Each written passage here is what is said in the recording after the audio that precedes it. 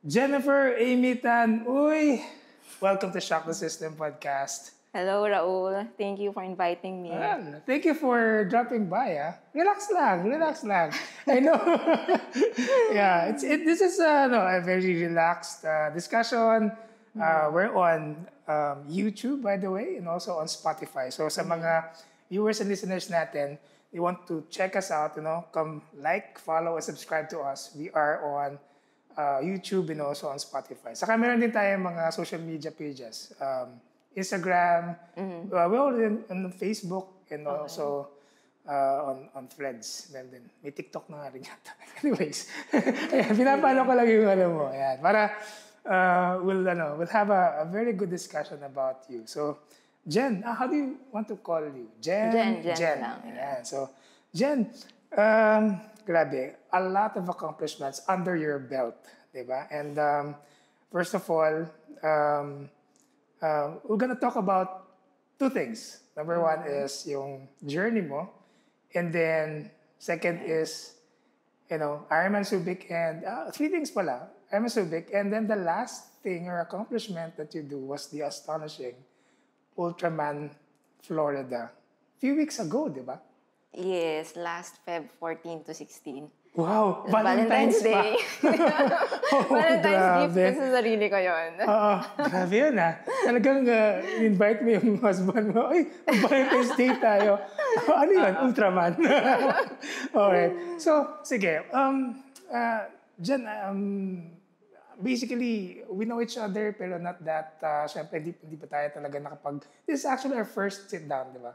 Our conversation, parang Hindi, nasa NBT Christmas party kayo ni Amy last time. Oh, correct. Yeah. May isang year Yes. Oo. Yeah, with Coach Naila and also the group, diba? Tapos we joined, the Christmas party. Correct. And then, syempre, a lot has already changed, from that 2 years ago, that party, I think. Yeah, 2 years or 3 years ago pa ata. Yeah. And I know that you've been doing ultra challenging things. No? So siguro, let's start this discussion with your background. So ano yung background mo? I know you're into ultra running, ultra marathon, diba? Yes, oo. Yeah. Before I joined triathlon, I was really into running. Pero before that, hindi rin ako nagra-run. So, I have an athletic background. In high school, I was playing basketball. In college, I was a table tennis varsity player. But I was never into running. And then, in 2015 lang, ayun doon nag-start yung running journey ko. Nung nagsimula yung mga fun run, yayaan lang with office mates, 5K. Tapos, from 5K natapos, naging 10K. So, eventually, hanggang 2016, I did my first marathon. So, medyo mabilis yung transition. 2015 pa lang ako nag-start. 2016, Feb. Kondura yun nakapag-marathon na ako. And then after 3 weeks... That was your first marathon? That was my first marathon. In 2016, in Kondura? Kondura, yes. Alright. And then after 3 weeks, nag-50K na ako. Nag-ultra-marathon na ako. What? Talaga? Yes. So, ganun kabilis yung journey ko sa running. And then parang around June, nag-60K ultra-marathon na rin ako. Kasi I loved running. Ewan ko bakit. Pero, and then to challenge myself, yun yung gusto kong gawin, Yung iba kasi, they would want to improve their speed. Ako, mas gusto kasi yung ultra. So, I wanted to challenge myself by increasing the distance. So, from marathon, nag-ultra 50, tapos nag-60. And then, I got married. But before, in June 2016. June 2016? June 2016. Alright. Okay. And then yung friend ko, nagsabi na, tapos ka na sa ultra, tama na yan, mag-triathlon naman tayo. So, Sino yung friend yun? best friend ko. Best friend ko na babae. Tapos, sumali muna, nag-aquathlon muna kami. So, nag-swim training kami. And then, ayun, when I got married, we transferred to Singapore. 2016, June 2016. So, dun talaga nag-start yung triathlon journey ko sa Singapore. In the mid of 2016? Middle of 2016. So, wala pa akong bike noon. I remember I borrowed my brother's bike kasi nagta-triathlon din yung brother ko dati. Okay. Dinala ko sa Singapore. Tapos, doon ako nag-train ng biking. Running, wala na akong problema kasi marunong na ako. Swimming, doon na rin ako nagtitraining. So, sumali ako sa group Metasports. Metasports ba? Yeah, Metasports in Singapore. Oo. So, may mga coaches doon. So, basically, triathlon group siya. So, ayun. So, doon siya nag-start. And then, my first triathlon race was in 2017. Da Nang sa Vietnam. Oh, okay. So 2016. 2016, I started training. Triathlon. Yes. Probably in the mid-year of 2016. June, mga And then the ganon. following year, 2017, May yan, nandun lang, right? May, yes. Nag-70.3 ka na? Yes. Oh my Nag-70.3 na ako. Talaga? Yeah. Anong nasa isip mo nun? Did you have to consult people or even coaches? Your coach in 2016? Nagkaroon Yung ka ba ng mga coach ko, mga Singaporeans eh. Kasi okay. based in Singapore, di ba? Wala, sabi ko lang gusto ko mag 70.3. Tapos, may mga kasama ako. In Singapore, I'm not sure kung kilala nyo. Riptide yung name Riptide, nila. okay. Riptide in Singapore. So, sila din yung parang Filipino group na triathlete sa Singapore. So, sumali din ako sa kanila. Yeah. So, group kami na sumali ng Da Nang 70.3 nung May 2017. Talaga? That fast, ano? Kumbaga Yes, if I remember, may isa lang akong sprint na sinalihan in preparation for Da Nang. Pero hindi ako natapos kasi na-flat ako sa bike. Okay. So, yun na, isang sprint distance, na-flat ako sa bike, hindi ako natapos. And then, okay lang kasi parang training ko lang naman yon. Yung main race naman kasi talaga is yung Da Nang. And then, after nung Da Nang, sabi ko, ganun yung attitude ko, di ba? After nung sabi ko, magpo-full na ako. So, 2017, sabi ko, I am Western Australia kami, ng mga Riptide. Mga kasama ko rin sa Riptide. So, ayun, nag-register kami doon. So, Da Nang in May, and then normally, December. And yan nung November, December, first week, di ba? First week of December. Ang Western Australia sa Busselton. Sa Busselton, yes. So, you did that in 2017 also? In 2017, yeah. What? Hanep, ano? But before I did my first Ironman, nag-10K swim na ako nung July 2017. Huh? Wait, in Singapore? In Bali. So, it's Bali Okay. ocean swim. So, nag-10K na ako. Tapos yung triathlon coach ko sa Singapore, nag-register din siya 5K. Tapos nung nalaman niyang na magte-10K ako, nagulat siya. Tapos sabi niya, kasi sa training namin, may mga lanes, diba? So, kung mabilis ka, nasa A ka, nasa B, nasa C, ganon. Yeah. Pababa. Ako nasa C lang, BC lang ako. Tapos, magkasabay kami na sasali sa Bali Ocean Water Swim. Tapos ako 10K, tapos siya 5K. So, medyo nagulat siya. Nagulat siya. Pero, sabi ko, wala namang cut-off kasi yon. So, as long as you finish, it's okay. Sabi ko, gusto ko lang matry na mag-10K before ako mag-Ironman. Yeah. So, ayun, natapos ko naman. Kaso ako yung second to the last finisher. Pero still, natapos ko naman. Yeah. Kasi yun yung unang naging problem ko yung swimming. So, parang para sa akin, for me to be confident and comfortable, sige, 10K na kagad. Okay lang yan. Grabe, Medyo ganun ako. Oo. So, ayun, 2017, yung first Ironman ko. Pero hindi ko siya kino-consider na official Ironman. Kasi yung nangyari sa amin, na-cancel yung swim portion. Kasi may mga sharks nung time na yun. Okay. So, naging duathlon siya. Yeah. I remember. Parang narinig ko 2017 yun. May shark sighting. May shark sighting. Yeah. So, naging duathlon siya. Tapos, syempre parang kulang, diba? Parang hindi siya... mo masabi na I did the whole thing kasi nga na cancel yung ano. Oo, parang hindi siya triathlon, duathlon siya. Yeah. Kaya, humirot ako sa husband ko. Kasi husband ko, sabi niya, isa lang ha? Kasi we're trying to, na magka-baby, Yeah, gano'n. So correct. sabi niya, isa lang ha, pagbibigyan kita. Kasi, sige na nga, kasi duathlon yon. So yung pinakamalapit na next race nun is yung Taupo, Taupo. New The Zealand. following year na. The following year, 2018. March. Oo, March 2018. Yeah. So yun talaga yung parang kino-consider ko na official Yun. Ironman ko kasi triathlon yun. Alright, okay. But, wow, grabe pala yung start ng journey. Parang fast track, no? Parang speed. Alam mo yung time, naka-times 2? Medyo ganon. But I stopped in 2018 kasi nga last na yun, di ba? Sabi sa akin, first and last. Okay, after Taupo. After Taupo, oo.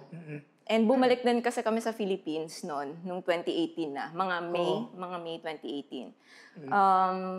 Bumalik ako sa ultramarathon naman this time. I see. I wanted to ask that, no? Kasi yung thinking kagad na palaging endurance, ano yung background on your work? Kasi baka, is it very busy ba na some people kasi they use it para di ba yung mawala yung business yung Tingin ko hindi siya connected sa background ko sa work. Finance yung background ko. Finance, banking. Hindi siya banking. Okay. So in 2018 I was in FP&A, financial planning, and then ngayon nasa treasury ako. I think hindi siya work related, but more of yung character ko na lang siguro talaga as a person na I always wanted to challenge myself and medyo fast track nga lang, but yung nangyari kasi sa akin, I was self-coach during those times. Talaga? Oo, meron doon lang sa Singapore na group coach siya, 'di ba? Group training, pero wala talaga akong parang specific coach na nagga-guide sa akin. So kontrolado ko. Yeah. So very unstructured yung mga workouts and races ko. Kasi kung may coach siguro ako diyan, baka sinabihan na ako. Hindi tama 'yan. So ako lang. Kaya they were able to do that talaga na Yeah, kontrolado ko. Ako lang yung nagde-decide eh. Wow. And kumbaga, you mentioned 2018, so natapos na yung Taupo. And then you stopped. I stopped. Okay. Anong nangyari doon? 2018, so ultramarathons ulit. From 100K, naging 160. And then from 160, nag-200 ako nung 2019. And then 2019 also, that was the time I did yung Luneta to Baguio, yung 264 kilometers na ultramarathon. So that was my longest ultramarathon so far. Grabe. So ayun, so after nung nagawa ko yun, parang sabi ko, parang tama na ata to. Ito na ata yung pinakamalayong gagawin ko for an ultramarathon. Kasi medyo ang haba na, no? And then, COVID, 2020. So 2021, 2022 medyo wala. Mga late 2022 na naisip ko ulit maglangkawi. 2022? 2022, yes. Alright. Yes, so Ironman Langkawi. Ironman Langkawi, oo. Because I was aiming sana for Kona in 2023, for the Kona slot in 2023. Yeah. Oo. Pero unfortunately, nung time na yun sa Langkawi, doon pa yung medyo strict sila. So, for my age group, isa lang yung binigyan ng slot. And I was first runner-up on my age group. Pero isa lang yung nabigay na slot. So, I felt bad. Yeah. I felt bad about it. Hindi ako nakakakuha ng slot sa Kona. Pero, you didn't race in the Philippines in 2022. Hindi, because March yon, yung Subic na yon. I wasn't ready at that time. I see. Pero yun din yung Kona slot, di ba? Correct. Na may Subic, pero March pala siya. Yeah, yun yung, kumbaga, we didn't actually unprepared yung mga, halos yung mga sumali doon. And then, I think it was the biggest contingent, di ba? Yung time na yun, nakapunta yung men and women yun eh. Yung, correct. Yun yung the last men and women na in Kona na magkasabay. Di ba? On that weekend, basically. So, I wasn't able to join that. Pero, I joined Langkawi. Para sana for the Kona slot. But, medyo devastated ako noon. Kasi, yung first lang yung nabigyan. First runner-up ka in Langkawi. Wow. Yeah, naka-second ako. Yeah, in my age group. Pero isa lang yung slot na binigay. Kaya bumawi ako nung Subic nung 2023 na. Yeah. Sumali ulit ako. Oo. Yun na yung medyo, diba, maluwag na. Ito na prepared ka na nito in 2023. Prepared and at the same time, mas dumami yung slots, diba? Kasi Correct, magkaiba na yung Nice and Kona. Oo. And I remember, teka lang, 2023 ito yung grabe yung bagyo, diba? Yes, Oo, yes. yeah. Yun yung grabe yung bagyo. Yeah, ang dami nangyari dyan in 2023. Yeah, epic din yun. Oo. Pero ang hindi ko makalimutan is, fast forward, last year, 2024, you were actually the first Filipina finisher. Diba? Yes, Right. yes, Oo. correct. And actually, a friend even told me na parang hindi mo alam yung gagawin mo kasi nga, you were the first one. Tapos, di ba, normally may tape? Parang hindi mo alam kung ano yung iikot ka ba ganyan? First time kong naka-encounter na may tape pa. Usually kasi, pag nag-cross ako ng finish line, wala namang tape. Oh, yeah. Anong ginawa? Anong nasa isip mo na gagawin mo? Hindi ko alam kung ano yung gagawin ko sa tape. Tapos parang binubulungan ako nung dalawang nasa tabi ko na erase nyo, ma'am. So, ayun. So, medyo nakakahiya yun. Kasi meron ding nakabangga ako dun sa tape na may picture ang nabangga ako sa tape. Oo, okay. Oo. So, hindi ko in-expect na may tape pa. Ayun. You didn't expect that you will be the first Filipina rin na to be filmed? Hindi ko in-expect. Yung in-expect ko lang is first ako sa age group ko. Kasi medyo alam ko kung sino yung mga ka-age group ko. Pero hindi ko alam na overall na pala yun. Oh, no. Ayun. You were in which age group, if I may ask? Nasa 35 to 39. 35 to 39. Last year, yes. Okay. Pero now is in... Same pa rin. Same pa rin, okay. Hindi pa ako upgraded. Okay. Naku, maraming maraming women in the 35 to 39 medyo competitive din, no? Competitive din. Yeah. Oo. All right. So, this is the question now. Why did you not get that slot for Ironman World Championships in Nice? Oo. Okay. Hindi.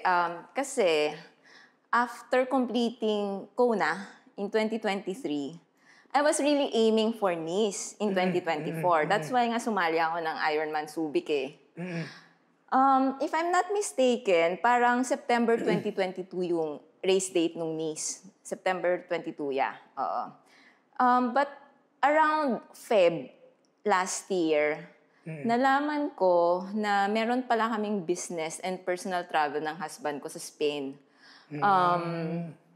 Around parang start ng trip namin last week of August until third week of September. So medyo andun siya sa date nung ng Nice. Okay. And then usually 'di ba pag tayo mga athlete, nag-racecation, 'di ba? Correct. But usually yung ginagawa natin, race muna bago vacation. And then after race, vacation. Yeah. So yung mangyayari sa akin is baliktad. Vacation muna bago mag-race. Okay. And parang naisip ko yung 2 weeks na dapat nagte-training muna ako, diba? Especially mahirap yung bike course nung Nice. And naisip ko rin, diba, dala-dala ko yung bike ko, magtutour around Spain kami. So, hassle yun, diba? Nadala-dala ko yung bike bag ko. So, parang iniisip ko, parang not meant to be. And between the two, parang for me, mas importante yung business and personal trip namin. So, sabi ko, okay, sige, may next time pa naman, i-let go ko na. Kaya Feb pa lang, alam ko na most likely kung mag-qualify ako, which is parating tinatanong yun ni Coach Naila sa akin, yung mga, kahit before the race, Jen, what if mag-qualify ka? Sabi ko, Coach Naila, wag kang budol ha. Sabi ko, wala na talaga, hindi talaga, ila-let go. Yeah, and I think, di ba, it would be a walk in the park for you, talagang yun nga, di ba? Number 1, grabe. Congratulations, by the way, Thank about you. that. Pero you still have plans of, kasi ngayon, Nice, next year is men. The following year, do you have plans of going back to or getting that slot for the World Championships? Yes. Oo, 2026 yung Nice namin ulit. Oo. Baka maglangkawi ulit ako this year. This year Langkawi? Yes. Wow. Oo. Para makuha. Kasi wala nang Ironman Philippines eh. Shout out kay Miss P, ano? Oo nga, Miss P. Asan na? Hirap na mag-qualify ulit tuloy. Okay, you have to travel na and kumbaga, fly. Mas mahirap yung logistics, diba? Saka yung mga yung mga worry na, is my bike gonna be okay? Blah, blah, blah. Diba? Ayun pa, oo. Yeah. So, looking at, talking about yung gusto mo talaga, it's your character, na talagang you want hard things, challenging yourself, no? Ever since ganyan talaga yung yung mindset mo. You want to overcome very hard things. No? Ultramarathon, I never think of doing, 60 or... Tapos you mentioned Manila to Baguio. Yeah. Grabe. How do you train for those types of yung mga distance na yan? Good question. No? Oo. Kasi parati rin tinatanong yun sa akin. Yeah. Nung ginawa ko yung Manila to Baguio, wala pa rin akong coach noon. So ako pa rin. What? Yeah, 2019 wala pa rin. Okay. So basically yung training ko, magsa-sign up ako ng mga races.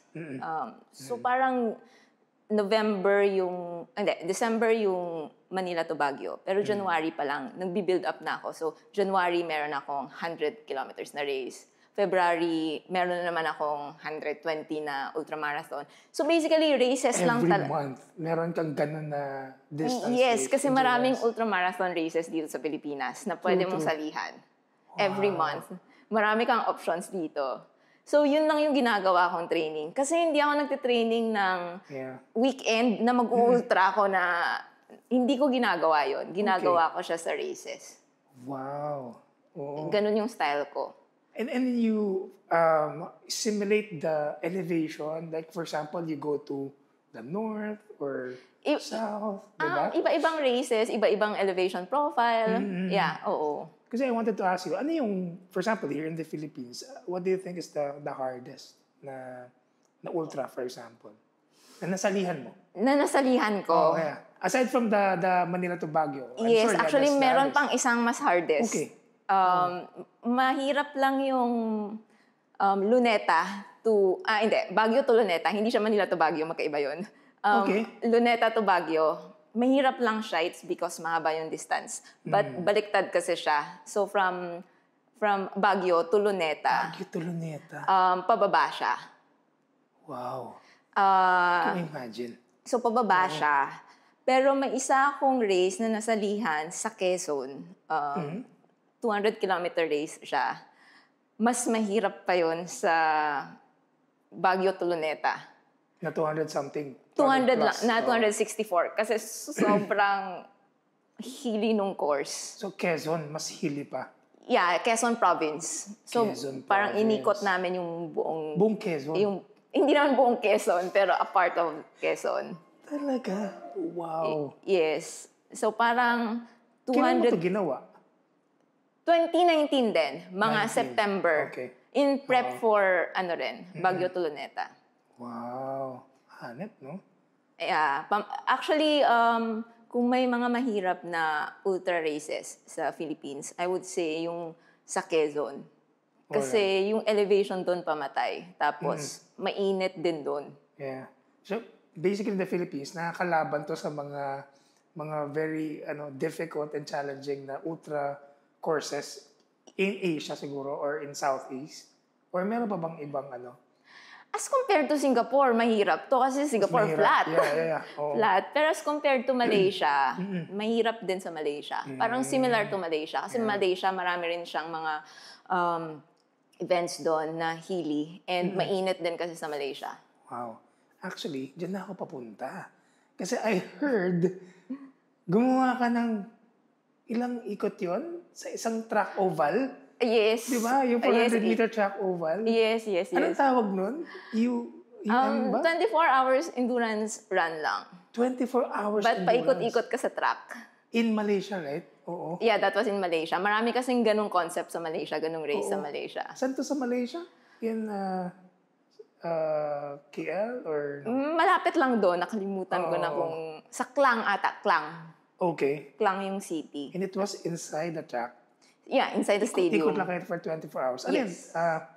Distance-based o time-based? Time-based, 24 hours. Tapos kung how many kilometers can you do in 24 hours. And basically, you will win kung gaano ka Kung ikaw yung madami, pinaka-longest na nagawa. What? Oo. Grabe. So, you... Sa women's, ako yung nanalo. Pero parang overall, parang 4th ata ako. For overall? Yeah. Grabe. And a lot of people join this? Yes. Sa track? Yes. Pero they limit it to mga 200 lang para hindi siksikan. Yeah. So, ako, mahirap yan, i-concept. I mean, isipin yung, kunyari, buong Quezon, di ba? Dala mo syempre yung, how do people actually support you? Yung sa track oval kasi madali, di ba? They're just there. Kaya gusto kong gawin yung track kahit 24 hours yun. Kasi madali lang. Tapos yung nutrition mo, yung hydration mo, andyan lang sa tabi. Yeah. But, yeah, sa Quezon, mahirap yung mga yon. And at that time, yung ginawa ko yun, yung South Coast Nation ata, 200 kilometers sa Quezon. Wala akong support noon. Wow. Self-support race? Yeah, self-support yun. Ikaw ang bahala dyan. Yeah. Wow. But medyo sanay rin naman kasi ako. Kasi yung mga ultramarathon races ko dito sa Pinas, unsupported naman talaga, usually, unless requirement talaga nung race na kailangan may support crew ka. Pero kung hindi requirement, hindi na ako nagdadala ng support crew ko kasi sanay na ako as long as meron akong perang dala. As long as meron kang pera na baon. Kaya yun. Kasi maraming mga karinderya. Oo, sa mga province, maraming mga karinderya Oo. Well, ako hindi ko ma-imagine yung... Siyempre, magagawa mo yan dito. Pero in other countries, parang ang hirap din if you're outside the forest or the mountains, di ba? Parang pag ginawa mo yun, no? In Malaysia, okay lang. Kasi may 200 kilometers akong road na sinalihan doon noong 2019. Mas generous sila sa aid stations. So parang every 10 kilometers may aid stations. Dito sa Pinas, hardcore yung mga nag-ultra dito. Hindi parang konti lang yung mga aid stations kasi dito. So dapat self-sufficient ka talaga. So may bag ka pang dala, tapos mabigat pa yun. Tapos, ayun, basta as long as may barya kang dala. Meron ka nakatagong 100 sa 200, 500. Dapat. No? Oo. BDM, nagawa mo na? Yes, in 2023. Wow. Meron ka ba bang gustong gawin dito na hindi mo pa nagagawa? Or most of the challenging races? Last year, yung Manila to Baguio din sana yung target kong gawin. November din yun last year. But, change of plans kasi I decided to do Ultraman. I had to let it go kasi nagte-training na ako doon for Ultraman Ayan na. Wow. So, you mentioned about Ultraman. So, sige, hihingan lang ako ng konti kasi hindi ko ma-imagine How many kilometers yung Ultraman? 517. 517 total. In total, di ba? In total, yeah. And describe to me, and even to our viewers and listeners, Ultraman, this is in Florida every year. Diba? This is in Florida, yes, every year. Pero meron ding ibang Ultraman races pa aside from Florida. So there's Ultraman Arizona, Ultraman Canada, Ultraman Mexico, bago yun ngayon this year lang. Okay. So these are all qualifying races for World Championships in Ultraman, in Hawaii. Yes, yung mga na-mention ko.